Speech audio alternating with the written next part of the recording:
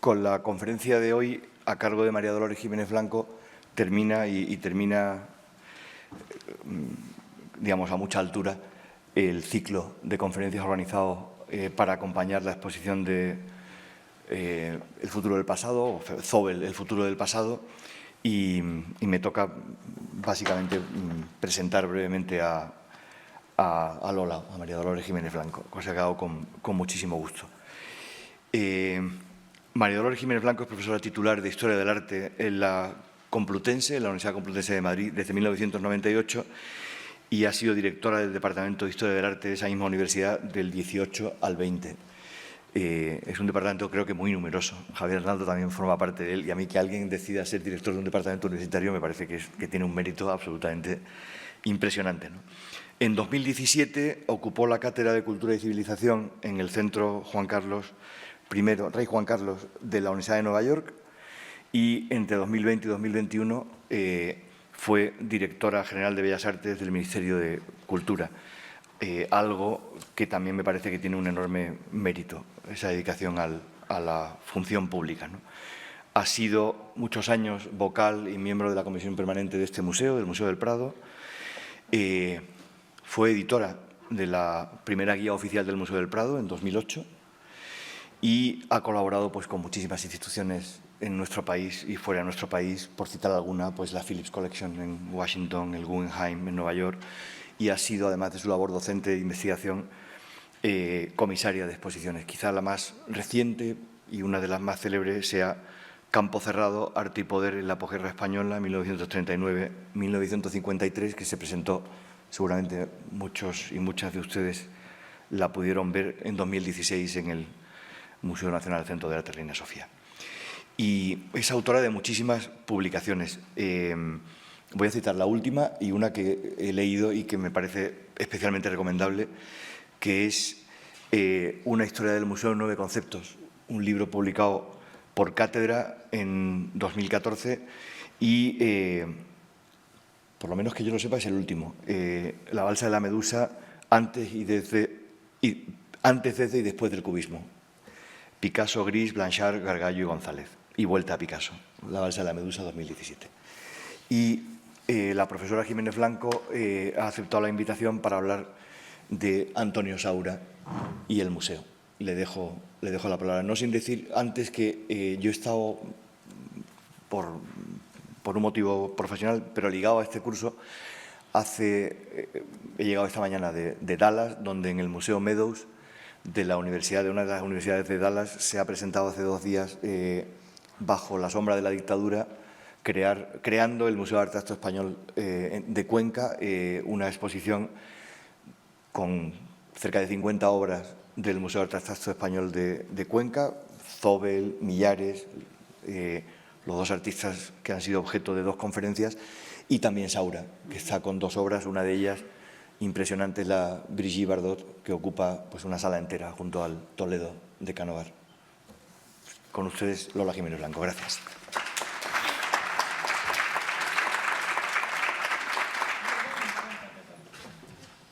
Bueno, muchísimas gracias, Manuel, por la presentación. Muchas gracias a todos ustedes por estar aquí hoy, que además tiene un mérito también especial por el frío pelón que hace hoy en Madrid.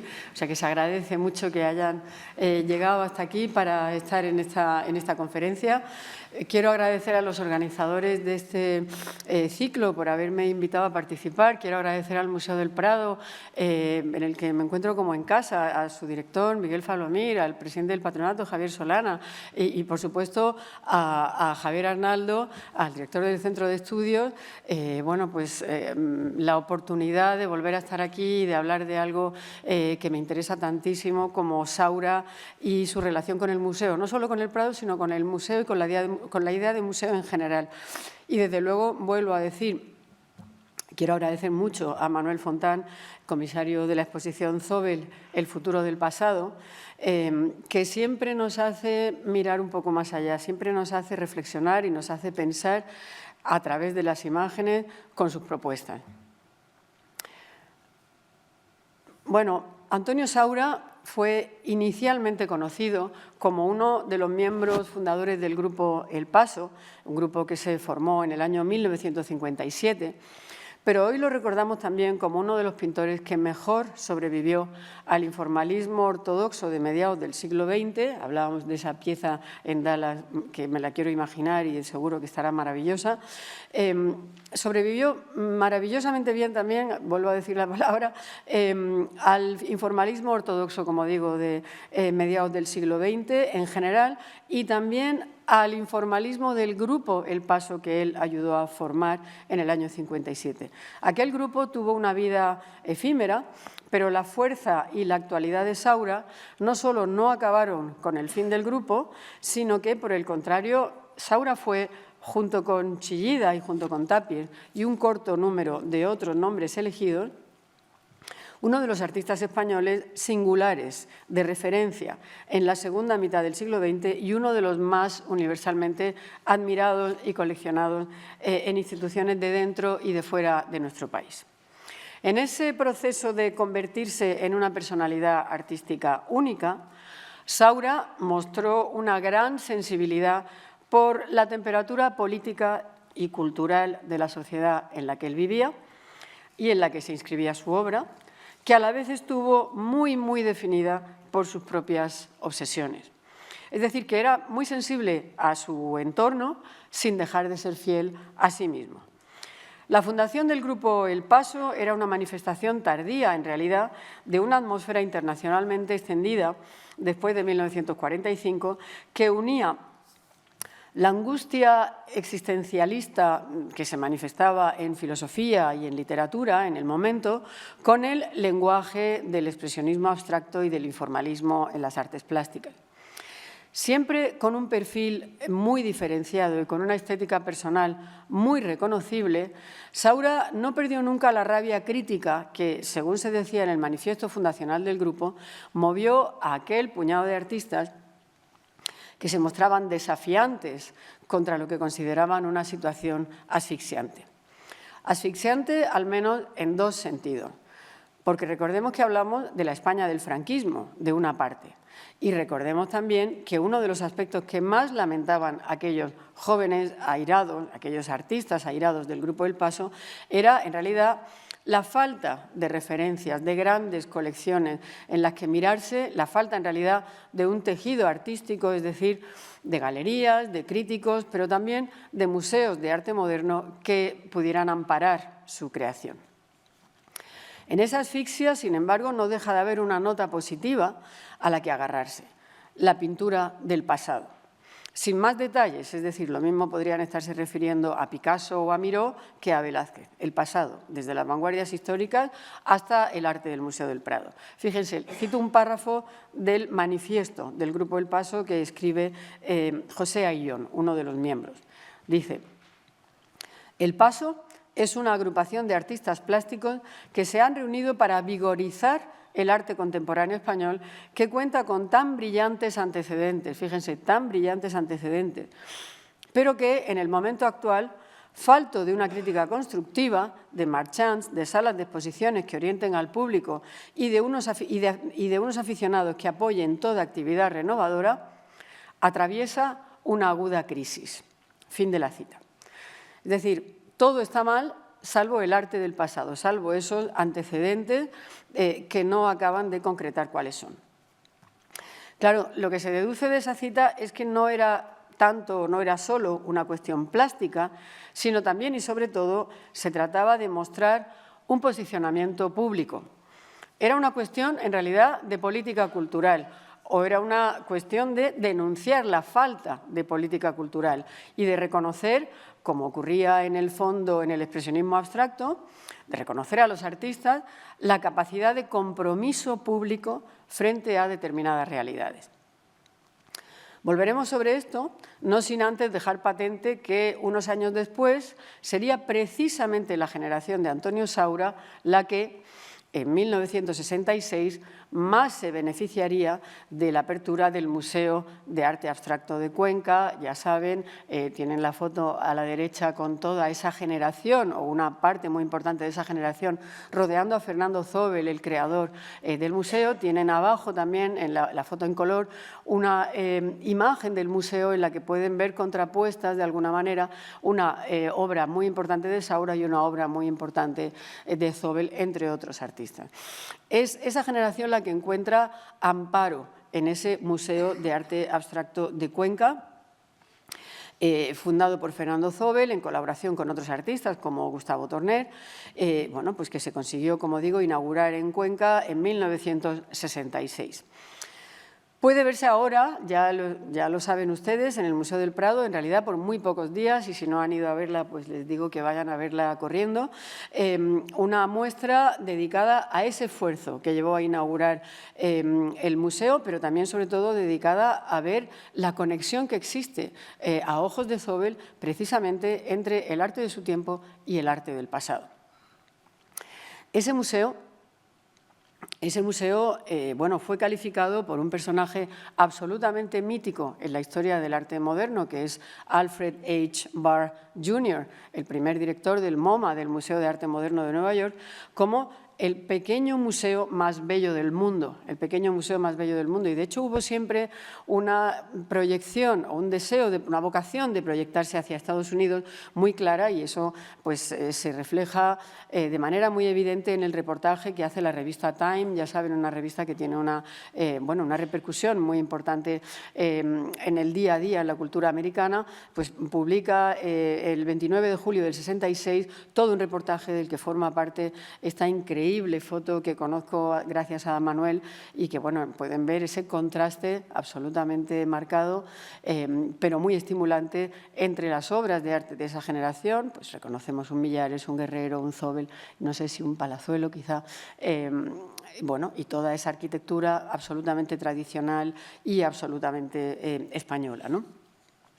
Pues bien, no por casualidad, algunos años antes, de hecho todavía a finales de los 50, Saura había intentado, desde su posición de artista joven, pero ya muy bien informado y con contactos en París, ayudar a su amigo José Luis Fernández del Amo, el esforzado director del Museo de Arte Contemporáneo que se había creado en los bajos de la Biblioteca Nacional de Madrid en 1951, que solo al final de su mandato, ya en el año 58, consiguió adaptar aquel espacio, el espacio del que disponía la institución, a lo que pensaba que tenía que ser el hábitat adecuado para un museo de su tiempo, y que, por razones muy diversas, hoy diría que razones políticas, pero no en el sentido más obvio, no en el sentido de censura, sino más bien en el sentido de falta de apoyo proactivo, falta, digamos, en el sentido de desidia, no pudo llegar a inaugurar oficialmente, pero eso no significó, fíjense qué maravilla de diseño, eso no significó que no, digamos, que no dejara de trabajar ni un solo día. De hecho, estuvo todo el tiempo inventándose posibilidades para hacer cosas también fuera de las salas del museo, como ocurre con esta célebre sala negra que estaba en la calle Recoletos, no en el paseo, sino en la calle de Recoletos, en donde pueden ver también en primer plano una pintura de Saura, en el contexto de esa exposición también muy celebrada, la famosa exposición Arte Otro, que, bueno, pues se hacía en colaboración con una galería de Barcelona, con la Sala Gaspar, y que significaba de alguna manera llevar el arte y la promoción de la modernidad fuera del museo oficial, puesto que en el museo oficial no era fácil hacerlo. Aquí también es interesante la conexión con una familia, la familia Huarte, que estaba colaborando en todos los pueblos, en la construcción de los pueblos de nueva colonización, que era la propietaria del local, y que se lo dejan a Fernández del Amo, director del museo, que era uno de los arquitectos que estaban también diseñando algunos de los pueblos de nueva colonización. O sea que, como ven, siempre hay, bueno, pues conexiones que no son exactamente las que forman un tejido artístico como el que les gustaría a los miembros del Grupo El Paso. No hay un tejido estable de galerías, de críticos, etcétera, pero hay, digamos, un tejido que supone una especie de alternativa a eso. Bueno, Saura está siempre cerca de todo eso. Conoce lo que está ocurriendo en el sector institucional del arte moderno español a través de su contacto con el Museo de Fernández del Amo, a través también de las exposiciones de las bienales internacionales. Les hemos visto antes en Venecia con Chillida y con Tapies. Aquí tienen una de las salas de la Bienal de Venecia de ese mismo año, del año 58, en el que ellos paseaban por la Plaza de San Marcos. Y bueno, en este caso él era muy consciente de que esa presencia de arte moderno en las bienales internacionales ligadas al Ministerio de Asuntos Exteriores tenían que ver con el deseo del Estado español de proyectar una imagen externa, una imagen de modernidad de un país que quería presentarse en ese contexto del inicio del deshielo, o de no tan inicio, del deshielo, digamos, del régimen franquista. Bueno, como un lugar, digamos, en donde se hacía un arte homologable. La palabra homologación es también clave, es una palabra bueno, que se utilizará después muchísimo de nuevo en la transición democrática, después de la muerte de Franco, esa idea de homologarnos al arte que se hace internacionalmente. Esa idea de presentar una imagen de modernidad hacia afuera era realmente lo que estaba detrás del esfuerzo de las bienales de Venecia, pero también de Sao Paulo, de Alejandría, etcétera, etcétera. Pero bueno, eso es otra historia, o quizá no tanto, porque Saura es buen conocedor de la situación de las instituciones, de la paradoja que hacía compatible la precariedad económica de las instituciones, de los museos, la falta de apoyo político, pero también social que tenían los museos, pero al mismo tiempo también tenía muy claro la conciencia, digamos, de la centralidad de los museos como plataformas para configurar idearios, para configurar imaginarios colectivos, de la capacidad, digamos, de incidir en esa idea de crear identidades colectivas, etcétera, etcétera. Saura supo lo que significaba proyectar una determinada imagen de país a través del arte. Como digo, ya lo había visto en las bienales, también en la Bienal Hispanoamericana primero, en la Bienal Hispanoamericana que se hace primero en Madrid, después en La Habana y después en Barcelona, en la primera mitad de los 50. Con la idea, esas bienales hispanoamericanas, fundamentalmente con la idea de reforzar un concepto clave en ese momento en el franquismo, que era el concepto de imperio, mediante la imagen de una apertura a la modernidad pilotada siempre por España, siempre desde España. Proyección en todos los países de Latinoamérica, pero siempre desde España. Así se hizo también, como digo, en esos certámenes internacionales, en consonancia con la cambiante posición española en el marco de la Guerra Fría. Bueno, pues cuando se decidió promocionar una imagen, insisto, una imagen homologada, cuando se escogen estas piezas para presentarlas en Venecia, pues es porque se supone que encajan bien con lo que está de moda internacionalmente. Saura sabía cómo y por qué ocurría todo eso, pero también era consciente de que había otros modos de utilizar las imágenes, probablemente más sutiles y de consecuencias seguramente menos inmediatas, pero mucho más profundas. Y esos modos, esas consecuencias, tenían que ver con los museos, con las imágenes que se guardan en los museos, aprovechando además el aura de superioridad, el aura de valor intangible, inseparable de esta institución en la cultura occidental. Ya saben, el Prado, cuando se creó en 1819, hace muy poco que se ha celebrado el bicentenario, bueno, pues tenía, entre otras misiones, una muy clara, que era la de exaltación de la escuela española. Era una misión nacionalista después de las guerras napoleónicas.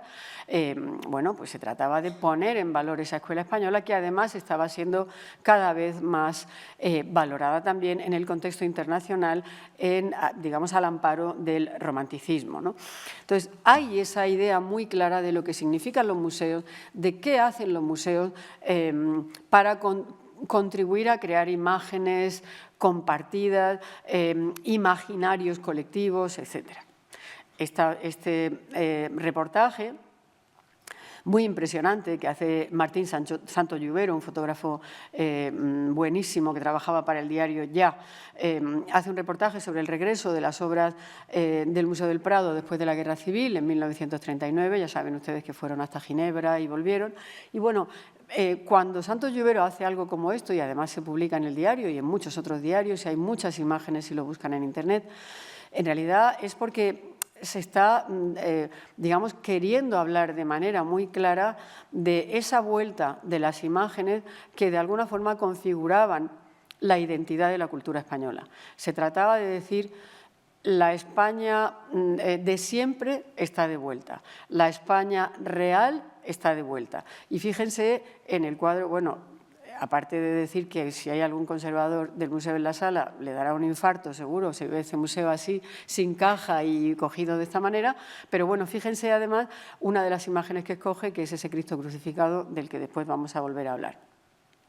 Y que tenía, por supuesto, mucho sentido también en ese contexto de la España del nacionalcatolicismo.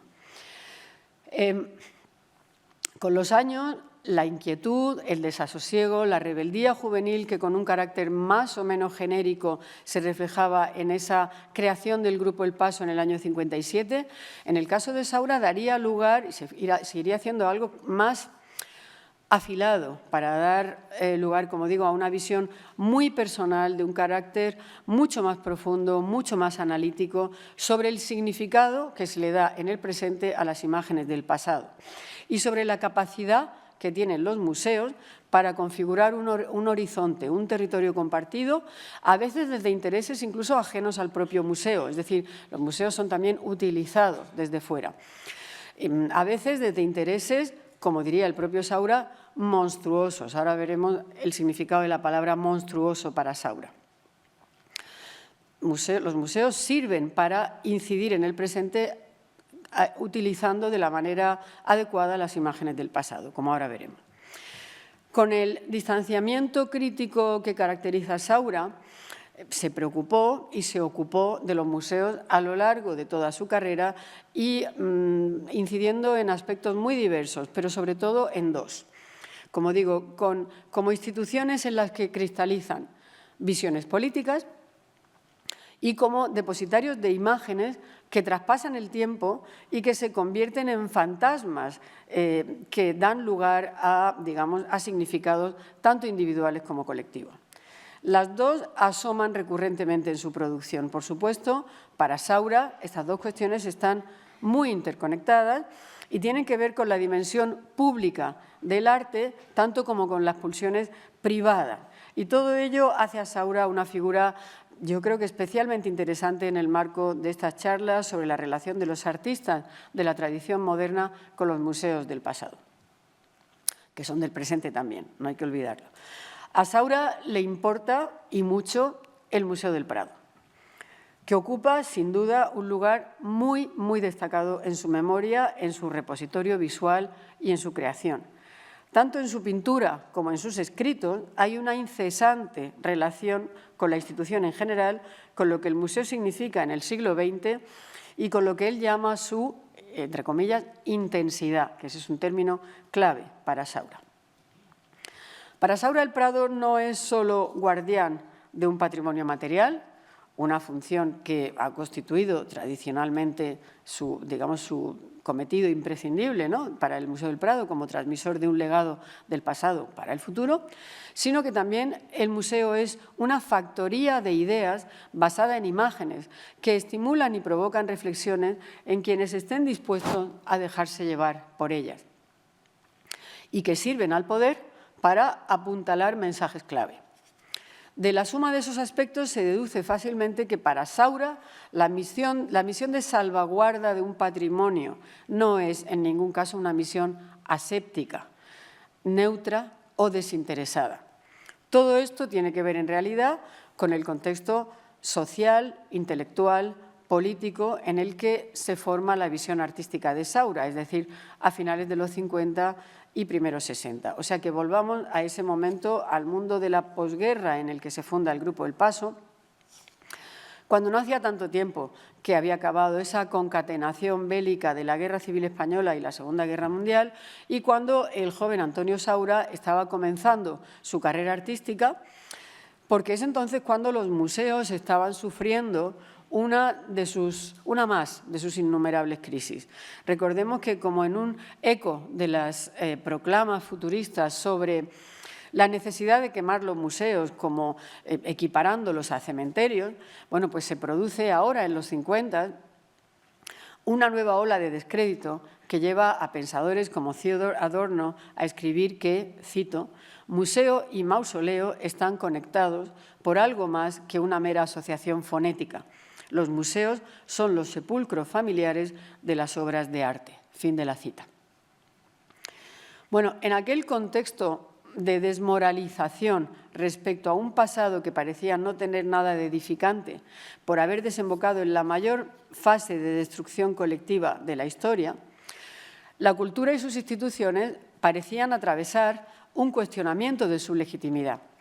Nada de lo que se suponía que hablaba de la superioridad intelectual o artística de la raza humana, es decir, lo que representaban los objetos, los tesoros que custodiaban los museos, había servido para evitar ni la guerra ni sus devastadoras consecuencias. Las instituciones culturales se volvieron sospechosas, cómplices de estar al servicio del poder establecido que ahora se cuestionaba y de todo lo ocurrido por contribuir a un statu quo que parecía culpable de una situación mundial literalmente catastrófica. Para la generación de Saura, que es la generación, en algunos casos, de los beatniks y de muchos otros movimientos, bueno, los museos eran, digamos, no solamente culpables de muchas cosas, sino que además el museo era sobre todo una especie de institución varada, era algo que estaba periclitado, anclado en el pasado.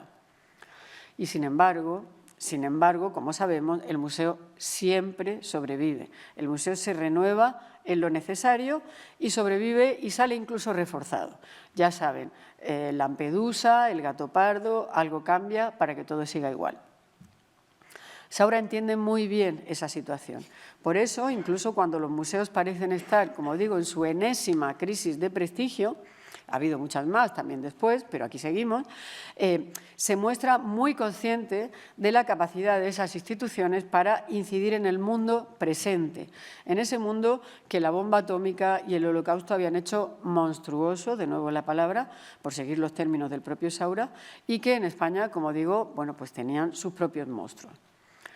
La figura del monstruo, el término de lo monstruoso, como les decía, es clave para entender la aproximación de Saura al museo hasta el final de su vida. Por eso me gustaría citar algunos textos de Saura, tan elocuente escritor como pintor, acerca de la figura del monstruo en su obra y en la formación de su sensibilidad artística. En el libro 12 artistas de vanguardia en el Museo del Prado, publicado en 1990 como resultado de un ciclo de conferencias dirigido por Francisco Calvo Serraller, de hecho también director del Museo del Prado, entre el año 93-94, Saura presentó una ponencia titulada exactamente así, Los monstruos del Prado, que comenzaba hablando de la exposición, cuyo catálogo tienen ustedes a la derecha, Monstruos, enanos y bufones en la corte de los Austrias, y que se hacía para presentar esta pieza, este enano de Van der Hamen que habían comprado los amigos del Museo del Prado para donar al museo. Y empieza de la siguiente manera, cito palabras de Saura. Una hermosa exposición se celebró recientemente en el Museo del Prado para conmemorar la entrada en sus galerías de un nuevo monstruo. Todos los monstruos del Prado fueron convocados para su entronización. Como resultado de tan extraordinario cónclave, no pudimos por menos de admirar la importancia y la belleza del monstruo artístico que siempre defendimos y especialmente el aura de pictórica intensidad, de monstruosa y sublime hermosura que de tales obras se desprende. Se trató sin duda, sigue Saura, de alguna de las más bellas exposiciones organizadas por el museo.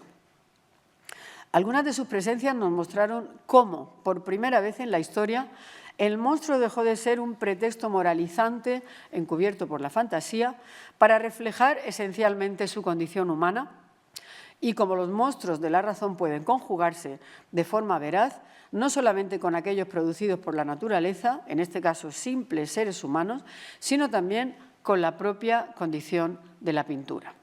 Fin de la cita.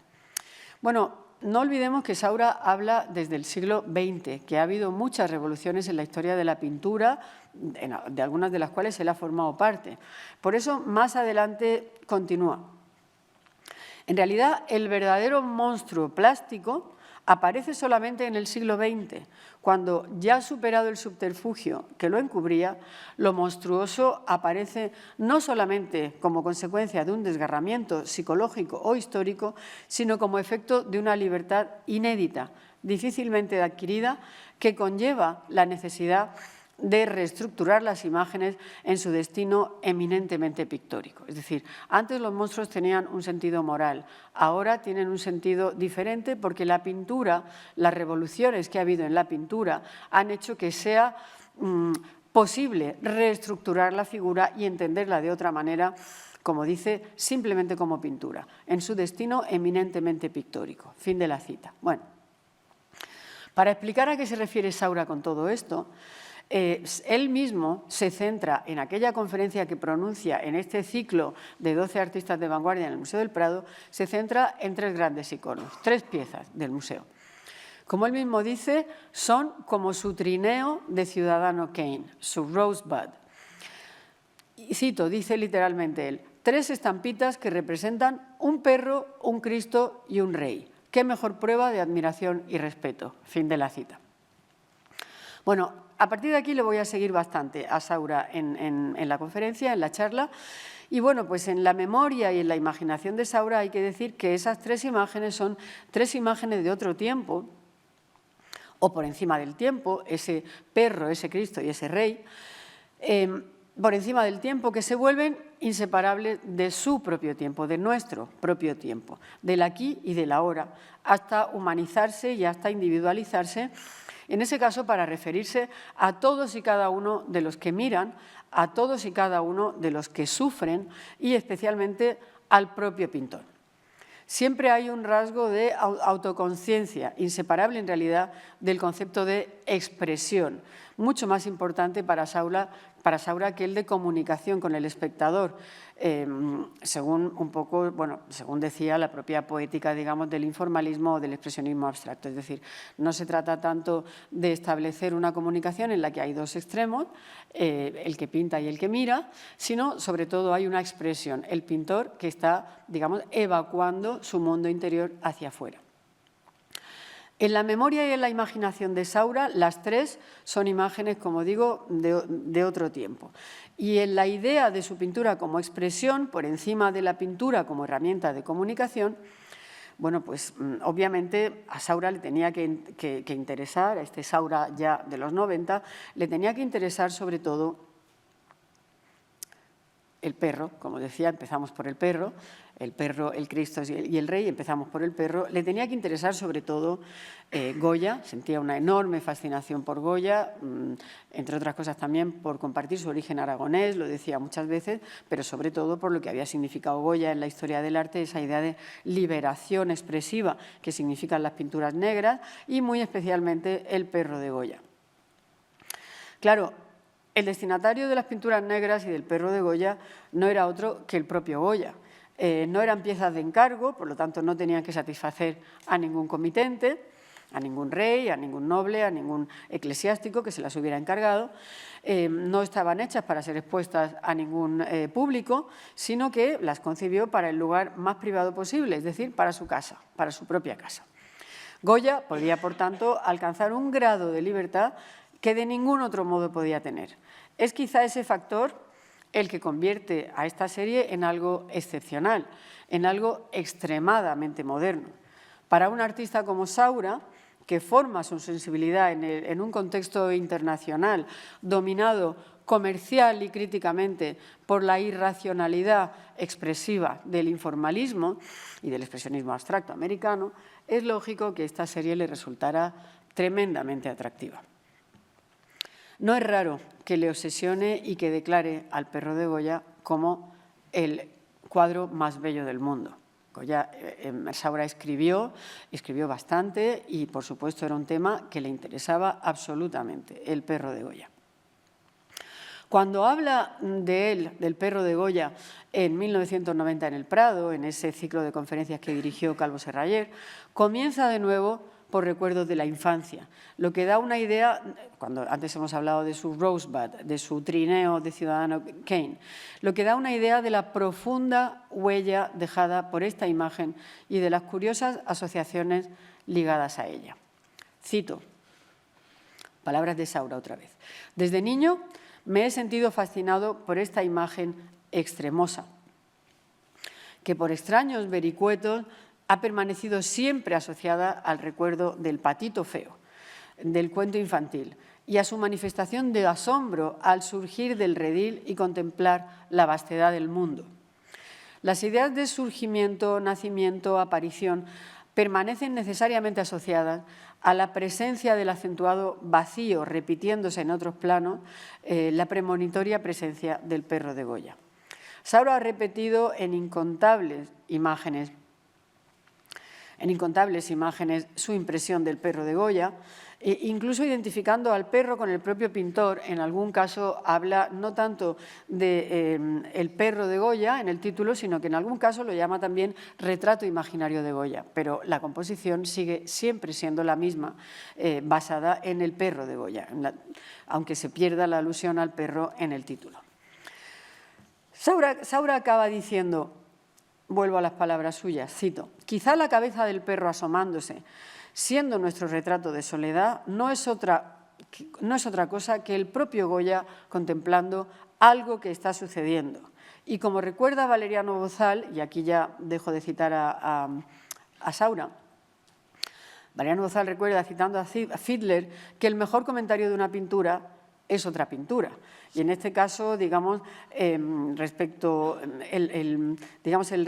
que la imagen suscita en Saura no puede agotarse realmente con palabras. Las palabras de Saura son, por supuesto, siempre lúcidas, siempre afiladas, siempre sabias, pero en realidad el gran comentario de la obra de Goya lo hace también con imágenes. Es una reflexión plástica, porque en realidad el medio que necesita criticar y comentar es también plástico. Él hace muchas reflexiones plásticas sobre la reflexión plástica que ya era el perro semihundido en esa casa de Goya hecho en la década de 1820. Siempre tienen esos elementos, la loma en primer plano, el perro que asoma en el espacio, la cabeza que no sabe muy bien exactamente qué es lo que está contemplando. No hay detalles que desvíen la atención del desconcierto, el miedo, la inestabilidad del perro ante algo que no sabemos qué es, quizá una presencia que desconocemos. Bueno, la misma libertad que tenía Goya para concebir la imagen y que era total, la tiene también Saura cuando hace este tipo de imágenes comentando al perro de Goya. Es una reflexión, en el fondo, que hace Saura también para sí mismo. Y quizá lo que ocurre es que, sobre todo, igualmente transpira incertidumbre. No sabemos si el perro, el ser semihundido, podrá avanzar o no, si acabará hundiéndose. Esa incertidumbre es también la de la propia pintura. Como decía, no hay nada más que ese primer plano, ese plano del fondo y una cabeza. Como si el énfasis dramático pasara a ser un énfasis puramente pictórico. Pero también hay, no lo olvidemos, siempre un comentario histórico en la obra de Saura. Es el emblema de una época de la historia de España en tierras movedizas, en arenas movedizas. En el caso de Saura, llevándolo a su momento, es el tiempo del final de la dictadura, del comienzo de la democracia o del comienzo de la transición a la democracia, a un régimen nuevo que todavía, fíjense que aquí estamos ya en el 85, pero Saura empieza a hacer perros de Goya mucho antes, todavía, bueno, pues tenía, digamos, ribetes de incertidumbre. Era la primera democracia que iba a haber en España después de la Segunda República y, bueno, era todavía un régimen en el que había mucho que hacer, mucho que construir y, al menos inicialmente, todavía estaba relativamente cerca el fantasma de la guerra civil, aunque solo fuera para ahuyentarlo, pero seguía estando ahí presente. Bueno, la segunda estampita que decía Saura era el Cristo, en este caso el Cristo de Velázquez. El lado humano es también el que de algún modo entiende Saura por encima de todo al mirar la crucifixión de Velázquez. En su conferencia de 1990 en el Museo del Prado, Saura habla del Cristo de Velázquez y de lo que provocaría o estimularía, junto con, digamos, lo que él también hace en su propia serie de las crucifixiones. Y su comentario tiene las siguientes palabras, vuelvo a citar. Fíjense, de nuevo, cito, «Desde muy niño me ha obsesionado el Cristo de Velázquez, con su rostro oculto entre cabelleras negras de bailaora flamenca, con sus pies de torero, con su estatismo de marioneta de carne convertida en Adonis. Podría incluso contemplarme en el brumoso museo de las manos de mi padre, empequeñecido, observando con fascinación aquello que en la memoria era inmenso, terrible y a un tiempo un pacífico crucifijo. Me veo de la misma forma que el niño vestido de marinero frente al enorme y pavoroso espectro del sex appeal de un diminuto y hermoso cuadro de Salvador Dalí. La crucifixión de Velázquez, contradiciendo lo apacible de su presencia, es expresiva por la intensidad, fíjense la palabra, la intensidad de su concentración, la extremosidad de su presentación tan rotunda y por la tensión invasora de la carnación recortándose en la noche oscura. En realidad, por lo que la imagen nos oculta tras las apariencias. Sigue Saura. He procurado, al contrario que el Cristo de Velázquez, convulsionar una imagen y cargarla con un viento de protesta. Es posible que se entrevea a través de estas obras, sigue Saura, un acto de humor que roce lo blasfematorio, pero no creo que se trate solamente de esto. En la imagen de un crucificado,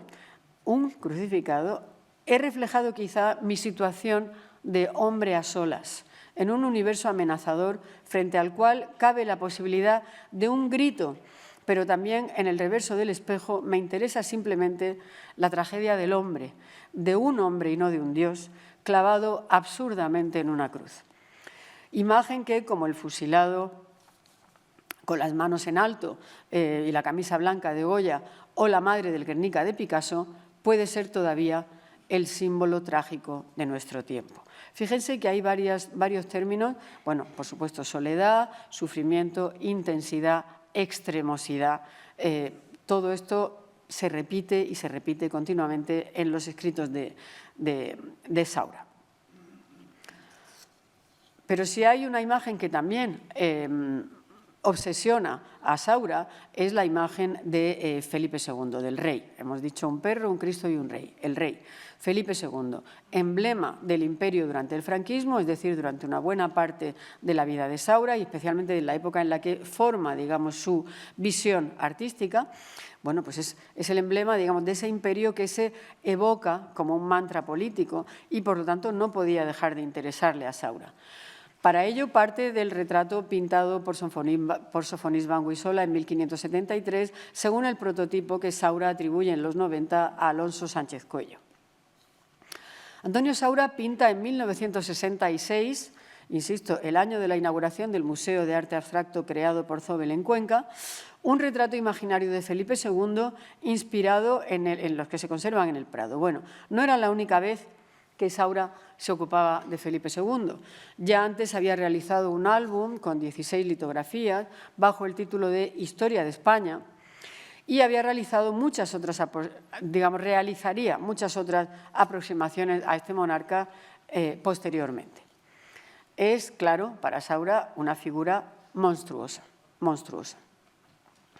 Destacan, tanto en la obra original como en la de Saura, destacan el negro del cuerpo y el sombrero, las facciones desencajadas y agresivas, también, como dice Valeriano Bozal, la quijada propia de los Austrias. Saura se refiere al cuadro original como un cuadro lúgubre y luminoso. Vuelvo a él, un cuadro lúgubre y luminoso. Y el suyo propio también lo es, pero en otro sentido. De acuerdo con su teoría de que solo en el siglo XX el monstruo deja de ser moralizante para convertirse en un problema plástico, Saura presenta una imagen en la que la reflexión es doble: histórica, el personaje y su significado, tanto en su tiempo como sobre todo en el tiempo de Saura, y plástica. ¿Por qué es lúgubre y luminoso? Bueno, su negrura, como ocurre en las pinturas negras de Goya, a las que ya nos hemos referido, no es solo cromática, como tampoco es solo luminoso en sentido cromático el rostro o el fondo del cuadro. No es solo una reflexión pictórica, tampoco es solo una reflexión histórica. Las dos cosas son inseparables y las dos conducen al presente. Saura mantiene las dos reflexiones abiertas y no renuncia a ninguna, ni tampoco prioriza una sobre otra.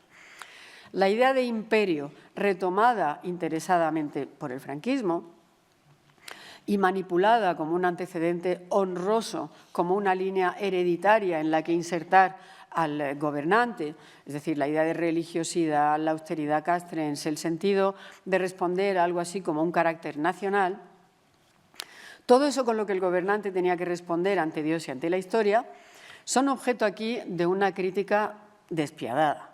La decisión política de legitimar al régimen como heredero del imperio de Felipe II y, por lo tanto, como su equivalente, son analizados por Saura desde su presente, desvelando el monstruo del presente y la monstruosidad también de los antecedentes del pasado. Y la visión que Saura propone es no solo una lección de historia, sino también una lección plástica. Es una reflexión sobre el poder de la pintura para crear y destrozar mitos y sobre el poder del museo para albergar las dos operaciones, crear y destrozar mitos.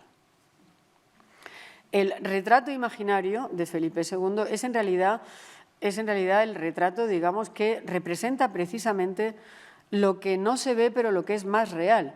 Es algo que siempre me ha recordado muchísimo, bueno, aquí tienen muchas más imágenes de este mismo tema, siempre me ha recordado muchísimo a lo que hace Francis Bacon con sus famosas versiones, estudios sobre el Inocencio X de Velázquez, que por cierto nunca vio en directo, sino que siempre evocó a través de reproducciones, a través de postales, a través de reproducciones en libros, etcétera. Aquí, cuando además tuvimos la ocasión de verlo aquí en este museo, bueno, pues se hizo muy evidente esa idea de la fuerza que tiene un pintor de otro momento para hacer salir el monstruo, otra vez la palabra, que hay debajo. Es decir, se revela la violencia que la imagen original ocultaba o, digamos, esa violencia que subyacía sin que se hiciera del todo visible. Obviamente algo sí se ve, pero bueno. Al sacar a la luz lo que Saura considera las verdaderas entrañas de lo que se conservaba oculto, Saura reclama una naturaleza diferente, mucho más oscura para nuestro pasado y, por lo tanto, también para nuestro presente, al que ese pasado quería alumbrar. De lo que Saura habla es de una naturaleza monstruosa. Más que un hecho histórico, entonces, el imperio que se comenta en ese retrato imaginario de Felipe II es un hecho que se hace relevante por lo que atañe al presente y a través de él el monstruo revela su condición verdadera, insisto.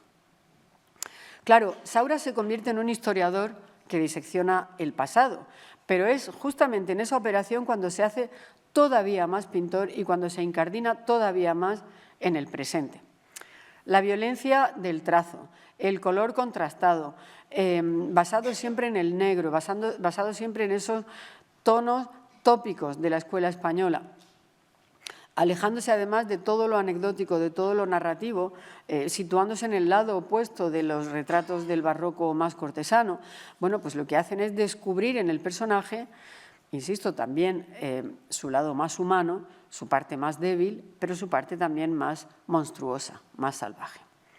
Claro, no es casualidad que Saura escogiese estas tres pinturas en la conferencia que dio en el Prado en el año 90. Todas tenían posibilidades de ser leídas desde el presente, de ser leídas desde la historia colectiva, pero también de ser leídas desde las obsesiones individuales del propio Saura. El uso de una imagen artística en relación con el aura del museo y desde la política tuvo, sin embargo, otro ejemplo clarísimo en ese ejercicio de compromiso público, de compromiso con la esfera de lo público, que Antonio Saura mantuvo siempre, desde la creación del Grupo El Paso en el año 57 hasta su propia muerte en el año 98. Por eso no es extraño que en el pico, incluso digamos que en el paroxismo de la conversión de la cultura en emblema interesado de un país en pleno proceso de cambios, de modernización, de democratización, de homologación internacional, otra vez que se había producido a instancias políticas que se estaba produciendo, ¿no?, en la época de la transición a la democracia, Saura no pudo evitar, no pudo contenerse de nuevo para mostrar su independencia de criterio y nadar a contracorriente, como tantas veces había hecho, mostrando, eso sí, su respeto más absoluto, como de hecho hacía siempre, por la obra de arte y por su contexto original.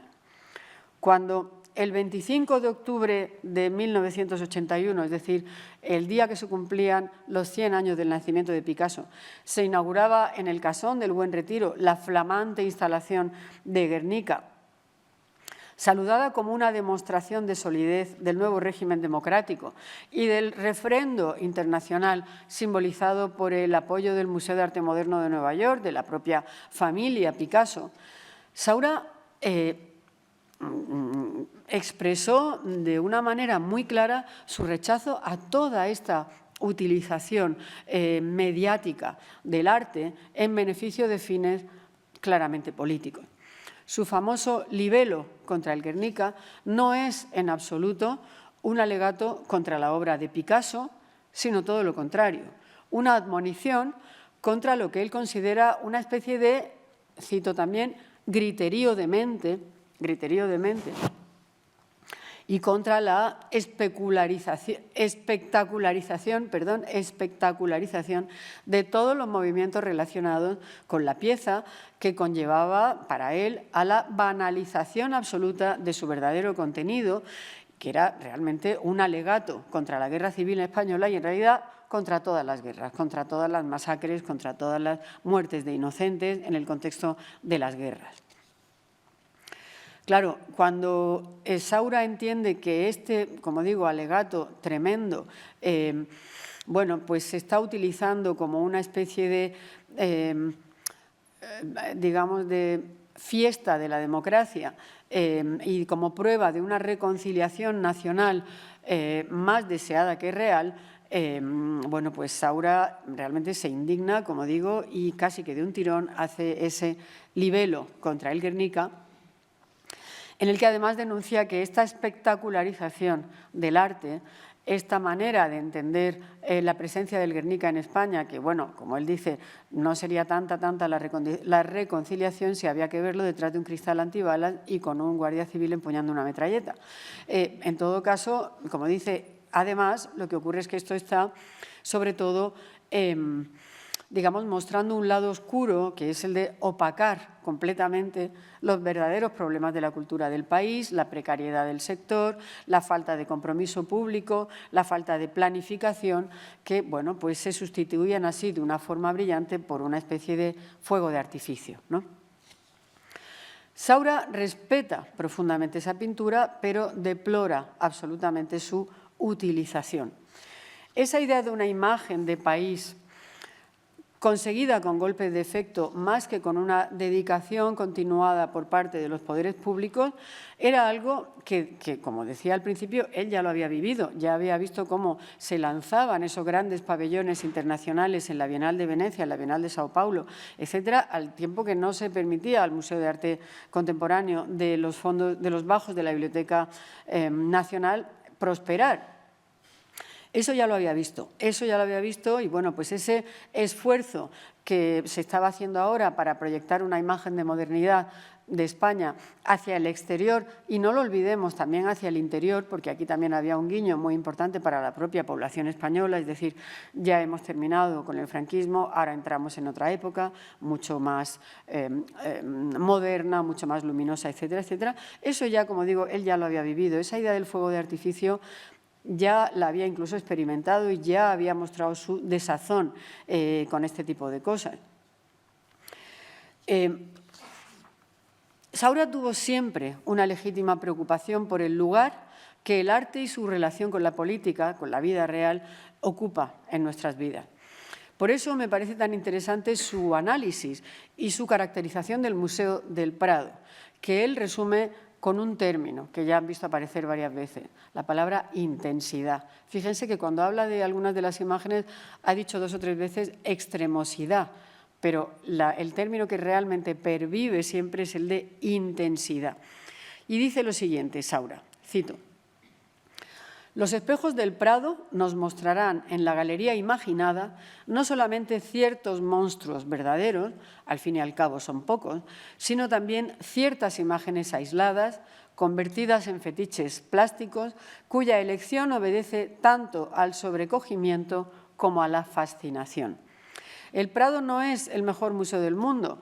Hay muchos museos hermosos, cada uno con su particular atractivo y especialización, pero es quizá el que contiene los ejemplos más extremosos de la expresividad pictórica. Una belleza no dependiente de la belleza de las formas o de la seducción de los temas, ya ni siquiera de la materia de su tratamiento, sino de su capacidad de convulsión, de desgarro o de permanencia, es decir, de otra belleza cuya única posible definición sería la palabra intensidad. El Prado no es solamente uno de los museos más bellos del mundo, sino que es, sin duda alguna, el más intenso». Fin de la cita. Bueno, las palabras de Saura hablan, pues, sobre todo de emociones. Recuerdos de infancia, emociones alimentadas por pulsiones políticas, imágenes que provocan sentimientos, miedos, revelaciones. En realidad, Saura describe en su obra una suerte de grito, como él dice siempre, pero también, sobre todo, describe esa especie de museo mental que nos puede recordar a la idea del museo imaginario, del museo imaginaire de André Malraux, que pueden ver representado tan gráficamente en esta fotografía tan conocida de Maurice Jarnot. Es el hecho de tenerlas cerca, estas imágenes, de tenerlas, digamos, en los museos, pero también de tenerlas en nuestra imaginación, lo que otorga el valor necesario a estos cuadros, a estas imágenes, para convertirse en iconos identitarios, en bazas políticas, pero también en estímulos para meditaciones personales, en impactos fuertes en el desarrollo de una trayectoria artística, en el caso de Saura de una manera muy clara. Cuando Saura habla de belleza monstruosa o de belleza obscena, 2 categorías que él mismo ha descrito y ha desarrollado en relación con las obras del Prado y con las que él ha escogido como su propio Rosebud, como decía antes, habla en realidad de vías para meditar sobre la condición humana. Por eso, en el fondo, él habla de un museo imaginario que va más allá de las paredes del museo. Habla de un museo imaginario que tiene que ver con toda nuestra cultura visual y que incluye el cine, desde luego, y que por eso tiene tanto que ver con ese mundo de los recuerdos de infancia, con ese mundo de las emociones. Nada más. Muchas gracias.